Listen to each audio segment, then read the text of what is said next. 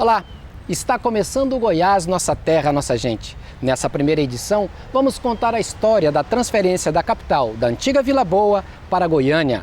A determinação de Pedro Ludovico em concretizar o sonho da maioria dos goianos daquela época. A participação de Atílio Corrêa Lima e Armando Godoy no projeto urbanístico da nova capital. O estilo Art Deco, que colocava Goiânia em contato com o que havia de mais moderno em arquitetura no mundo. Bem-vindo ao Goiás, nossa terra, nossa gente.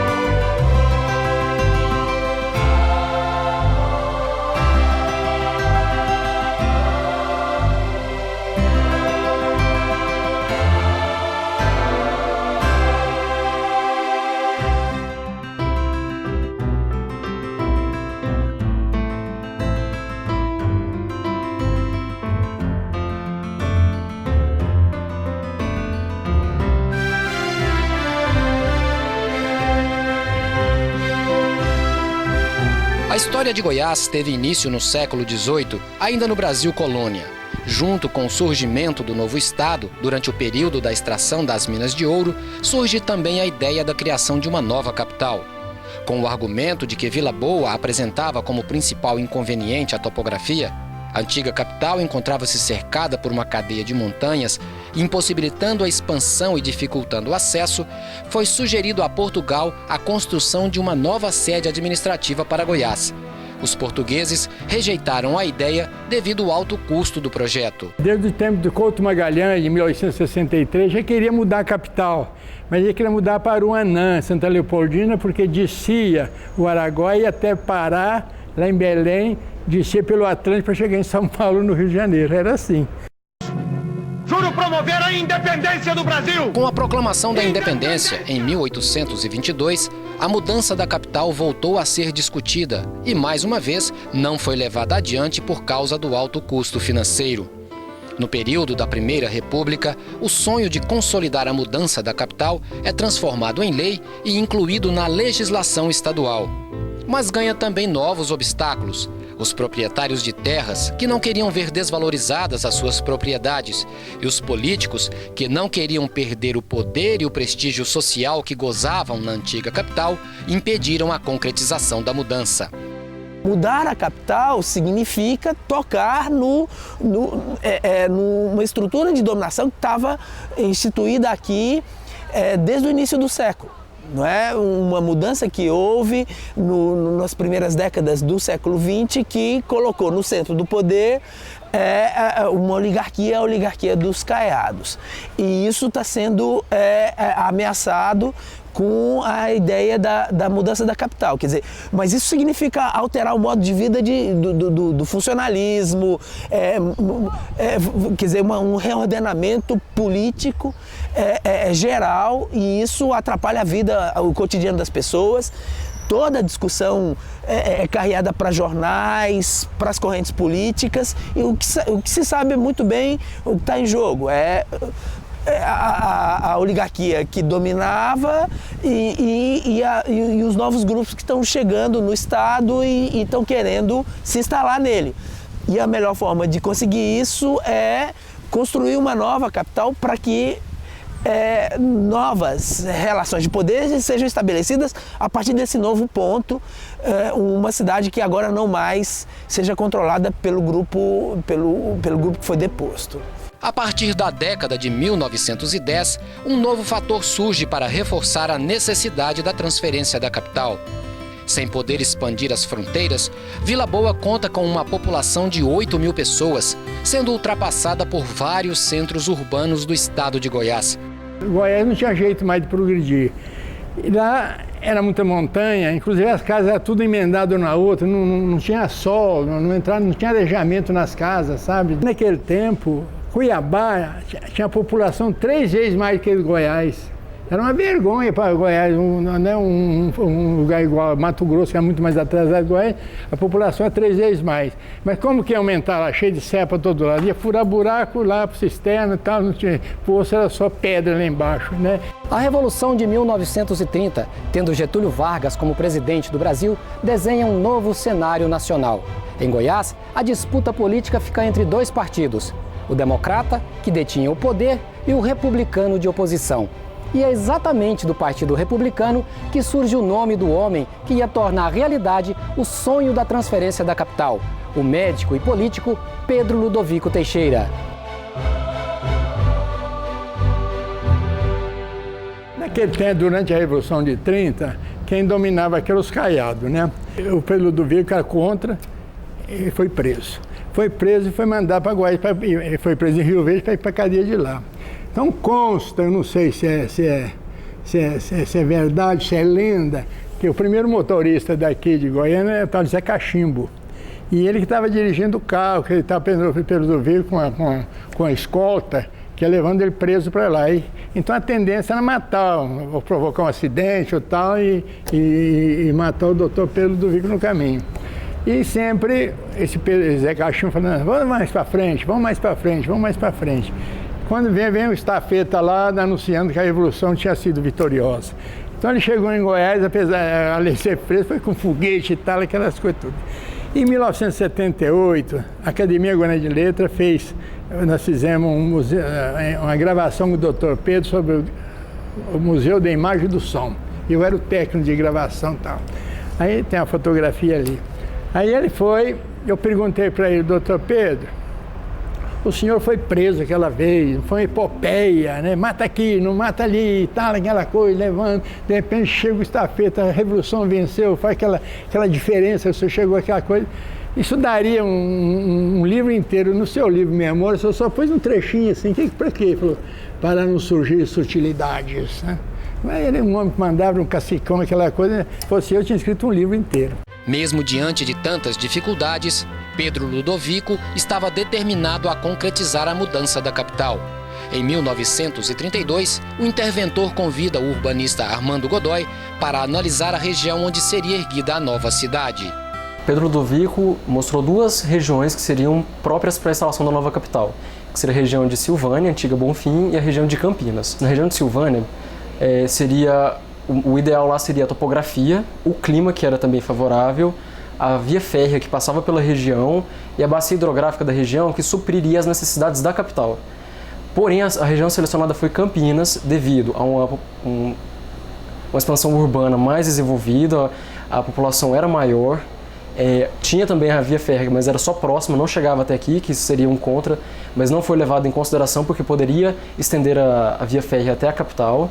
A bacia hidrográfica, que era favorável também, que a gente tem o Córrego dos Buritis, o Capimpuba e o Meia Ponte, que passava aqui bem próximo, além do Botafogo, de ser mais central dentro da malha do estado, para trazer uma capital, para ela ficar mais centralizada, visto que eles estavam trazendo realmente Vila Boa devido a esse deslocamento, a essa distância. Então, devido a isso, eles realmente escolheram a cidade de Campinas, a região de Campinas. Em 1933, o governo estadual contrata, através do decreto número 3.547, o urbanista Atílio Correia Lima para elaborar o projeto e implementar a construção da nova capital. Em janeiro de 1935, Atílio entrega o relatório e o projeto de Goiânia. O projeto foi concebido dentro do modelo de urbanismo francês, que previa inúmeros parques dentro da malha urbana. Mas o que mais me impressiona no projeto Atílio, do ponto de vista positivo, e que ninguém faz menção, é que ele já naquela época, ele já protegia os recursos hídricos. Ele já era ecológico o projeto. Ele já era, vamos dizer, já tinha os princípios da sustentabilidade, né? Córrego Botafogo, o Córrego dos Buritis, ele fazia menção à proteção dessa bacia, principalmente para as questões de parques, principalmente para manter as árvores das matas de galerias e para também, no caso do Anicuns, para abastecimento de água da cidade. Então, para mim, né, além do desenho muito bonito, que hoje marca essa presença do urbanismo brasileiro, tem esse caráter, né, de proteção dos fundos de vale, que essa é uma coisa muito interessante. Em 1935, Atílio Corrêa Lima, motivado por divergências quanto à execução do projeto original, deixa a construção de Goiânia. No ano seguinte, 1936, Armando Godoy aceita o convite para dar continuidade ao plano da nova capital. Atento à onda de modernidade que dominava o mundo, Godoy implanta mais uma ideia europeia em Goiânia, mais precisamente importada da Inglaterra, as cidades-jardim. Na verdade, o Armando Godoy, ele fez um projeto mais orgânico. Tá? O que eu quero dizer com isso? Ele criou, dentro do projeto que hoje a gente chama de Setor Sul, tá? Umas áreas públicas, seriam os grandes parques, de forma extremamente orgânica, que se integrava uma a outra em todo vamos dizer, desenvolvimento urbanístico. As pessoas podiam caminhar por dentro do bairro, só cruzando com ruas, de certa forma, de tempos em tempos. Esse caráter orgânico do projeto do Godoy, ele ainda manteve um pouco da estrutura do sistema viário projetado por Atílio inicialmente, que é o prolongamento da Avenida Goiás através da Avenida, hoje é 1º de março, não é? A 85. Então, esse caráter das avenidas chegando na praça, ele ainda manteve. Mas, a partir dali, o Godoy redesenhou esse sistema viário, inserindo lá dentro essa questão orgânica das vias em cul-de-sac, hierarquia viária, né, os parques lineares, os parques internos, né, que se relacionavam um com o outro. Para acompanhar o projeto urbanístico, a parte arquitetônica também foi importada da Europa. O estilo Art Deco, iniciado nos anos 20, representava a vanguarda europeia. A Art Deco, naquela época, ela era um sucesso mundial. Praticamente todo o planeta construía em estilo Art Deco. E ele surgiu para se contrapor a um outro estilo chamado Art Nouveau, que era um estilo muito decorativo. Então, o Art Deco, ele pressupunha uma certa limpeza e uma certa modernidade, entre aspas, mas ainda era um estilo bastante decorativo. E é um estilo muito complexo, porque ele tem um pé no século XIX e um pé no século XX. Isso significa que ele buscava inspiração, por exemplo, em culturas antigas, como a cultura suméria, por exemplo. Então, é um estilo bastante híbrido, com múltiplas fontes de referências e fontes muito díspares, né? Mas o Art Deco, a partir de sua apresentação em 1925, ele se espalhou pelo mundo inteiro e fez um sucesso estrondoso. O Art Deco era um fenômeno, e um grande fenômeno dos anos 30, principalmente. Então, por isso que se escolheu o estilo Art Deco para construir os principais edifícios de Goiânia, porque era um grande fenômeno, um grande sucesso mundial. Em outubro de 1933, o jornal O Social lança um concurso para a escolha do nome da nova capital. Em 2 de agosto de 1935, Pedro Ludovico assina o decreto de número 237, criando o município de Goiânia, dando como vencedor do concurso o professor Alfredo de Castro. O nome que ganhou foi Goiânia, não é? A ideia básica, esse sufixo IA, que dá a ideia de propriedade, é o mesmo sufixo que está em Brasília. Não é a cidade do Brasil, a cidade de Goiás. No dia 30 de setembro de 1936, o Poder Legislativo aprova a mensagem do Executivo autorizando a mudança da capital. Em 13 de março de 1937, Pedro Ludovico assina o decreto da transferência definitiva da capital, E no dia 5 de julho de 1942, Goiânia recebe o batismo cultural. Desde o batismo cultural, muita coisa foi modificada no projeto original de Goiânia. O crescimento populacional, que acabou por promover a fusão de vários municípios, criando a região metropolitana de Goiânia e aumentando a violência urbana, modificou também o comportamento das pessoas.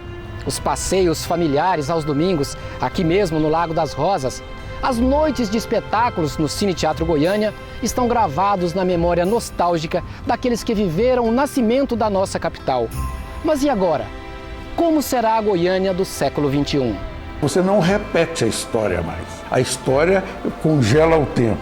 Não adianta que você não volta mais a esse tempo querendo refazer.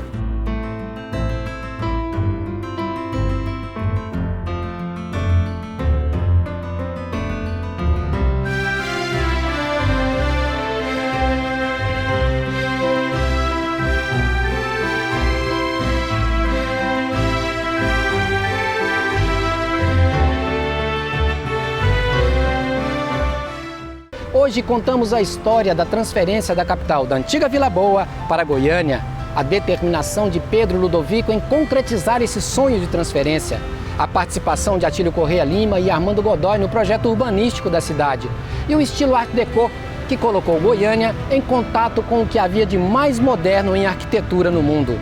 Até a nossa próxima edição.